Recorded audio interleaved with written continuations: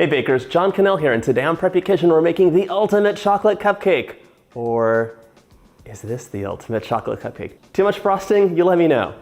This stuff is so good you will be piping it directly into your mouth, so either make a double batch of it or have someone keep an eye on you. Let's get started. I'm adding 180 grams or 1.5 cups of all-purpose flour into a bowl with a sifter above it, 1 1/3 cups of sugar, wow, in you go, half a teaspoon of salt, and 1 teaspoon of baking soda.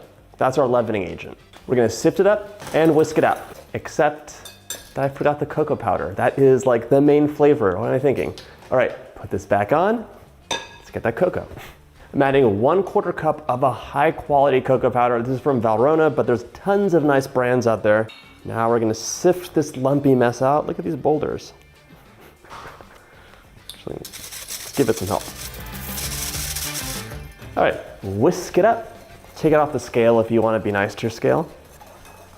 Right, now that everything's distributed, we can set this aside and work on our wet ingredients after a quick wipe down. This recipe calls for buttermilk, but I never have buttermilk. It's just like annoying because it goes bad so quickly and you use it.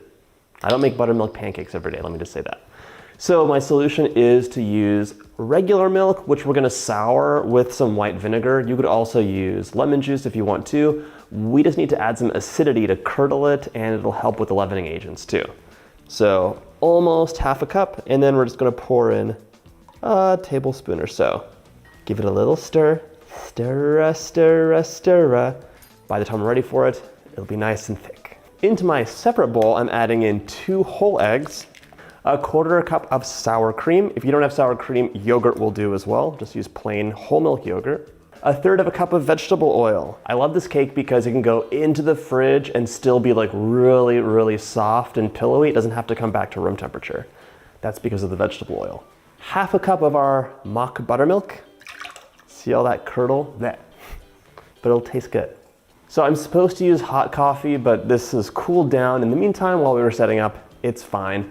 The warmer coffee just warms the mixture up a bit and kind of release the flavor of the cocoa powder, but it'll be fine. I'm also adding in a splash of vanilla. It's like 2 teaspoons for good measure. Totally optional though. Some people are really bothered by vanilla going into chocolate things. You can let me know in the comments if that's you or if you're fine with it. I like the little extra depth of flavor. Going to stir it up.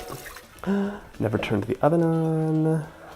All right, and once you have a nice homogeneous mixture, we can add the wet to the dry.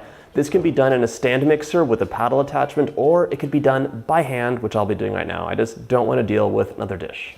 Let's pour that in. This makes a very wet batter, so don't be scared if it looks too watery. That's how it's going to be. Magic will happen in the oven, and it'll become a wonderful, moist, but still like fluffy, fudgy cupcake. Doing this by hand means I'm saving electricity and getting exercise. I'm a hero.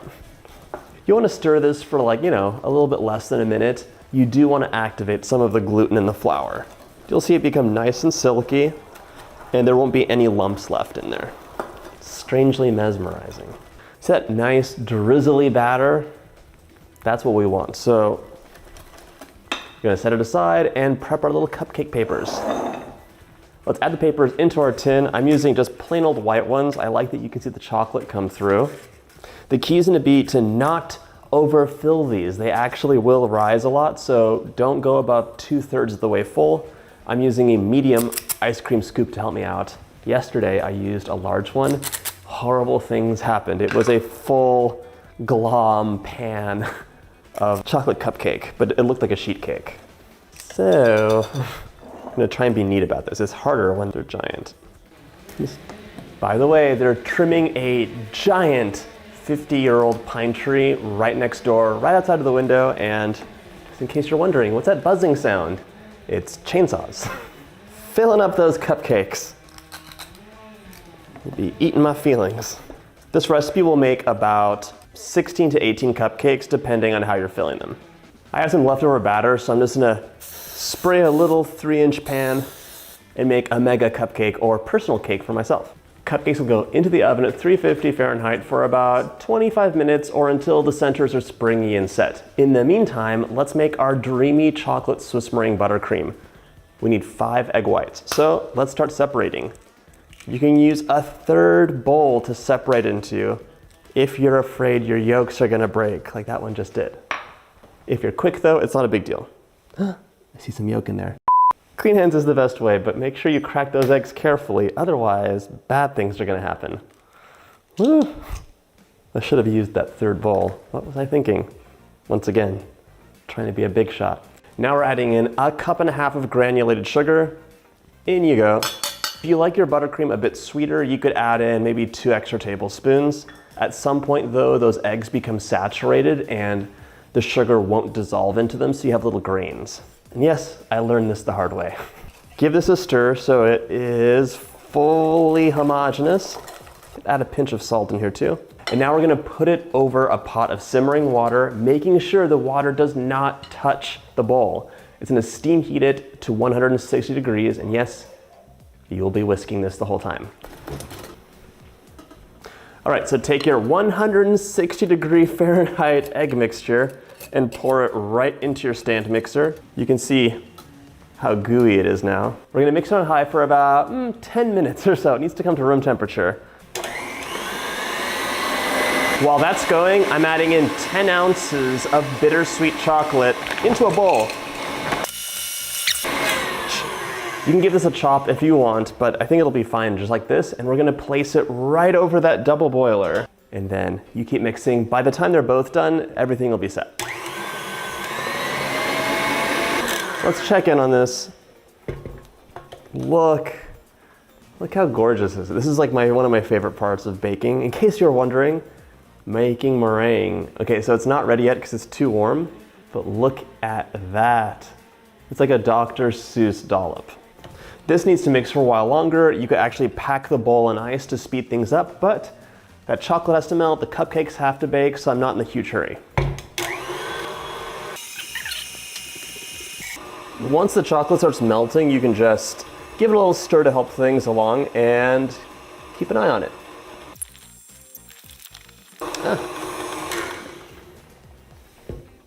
So my chocolate isn't all the way melted, but I'm taking it off the heat, and those couple extra lumps will just dissolve on their own. This needs to start cooling down, so, the sooner the better. All right, in the meantime, my meringue is almost cool enough, and I'm gonna risk it. Look at this, that's ready. So you can see how it has that nice little wobble wobble over there. The thing is, if it's too warm, the butter will melt. This is actually nice in room temperature. But if you couldn't wait and you plop that butter in and it becomes soupy, just give it like 5 minutes in the fridge. So just take the bowl off, into the fridge, and whip it up. It should be fine. Right now, we're gonna go on low and start adding in tablespoon-sized pieces of this room temperature butter. The butter needs to be nice and room temp, not melty. Add a tablespoon in, give it a beat, add the next one. This will take a minute or two, but it's really entertaining. I call this my wishing well time. You're gonna see this is gonna become soupy right away after that first half cup of butter goes in, or 113 grams. I'm adding in 1 full pound, by the way, so 113 times 4, or 2 cups, or 4 sticks if you're in America. It's so sad that so many American recipes are not in metric because it's depriving all those people around the world that don't use cups. I myself didn't know that cups weren't a thing until I started my YouTube videos. I was educated quickly. So like, what is a cup? Right. Take a look at this. Off. That's what I'm looking for. Nice, has a lot of definition.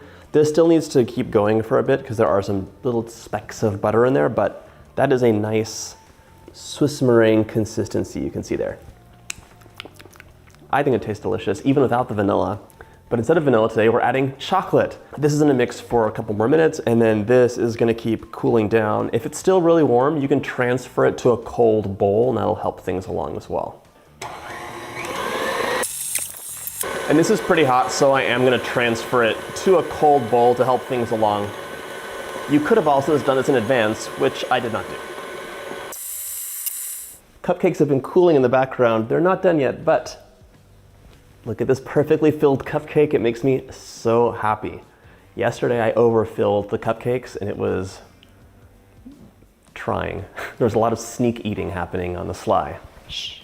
So my chocolate's been in the fridge for a couple of minutes and now it's in the 70s, so it's perfectly fine to drizzle in while this mix is on low. This is the magical part where everything comes together. It's so pretty. So as you can see, the inside is totally chocolatey. The outside is not mixed. So let's give it a mix and scrape the bowl down.